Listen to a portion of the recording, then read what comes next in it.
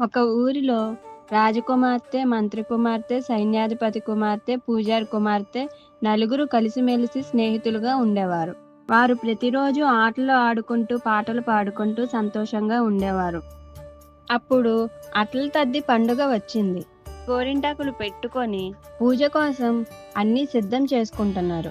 పెద్దవారు అమ్మవారికి నైవేద్యంగా సమర్పించడం కోసం అట్లు వేస్తున్నారు. ఆ సమయంలో రాజకుమార్తె ఆకలితో నీరసించి కళ్ళు తిరిగి పడిపోయింది. అది చూసిన రాజు కొడుకు యువరాజు తన చెల్లెలి ఆకలి తీర్చడం కోసం ఒక ఉపాయాన్ని ఆలోచించి అద్దంలో తెల్లని వస్తువు ప్రతిబింబం పడేలా చేసి, చంద్రుడు వచ్చాడు, ఇక నీవు ఉపవాస దీక్షను విరమించి శక్తి కోసం పండ్లు తిని విశ్రాంతి తీసుకోమని చెబుతాడు. అన్నమాటను గౌరవించిన తన చెల్లెలు భోజనం చేసి పూజ చేసుకుంది.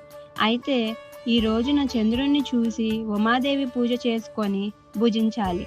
అందుకే ఈ వ్రతానికి చంద్రోదయ ఉమావ్రతం అనే పేరు వచ్చింది. చంద్రుణ్ణి చూసిన తర్వాత ఉమాదేవి పూజ చేసుకొని భుజించాలి. ఇది ఈ వ్రత నియమం. కానీ రాజకుమారి తన అన్న మాటలు నమ్మి వ్రతాన్ని భంగం చేసుకుంది.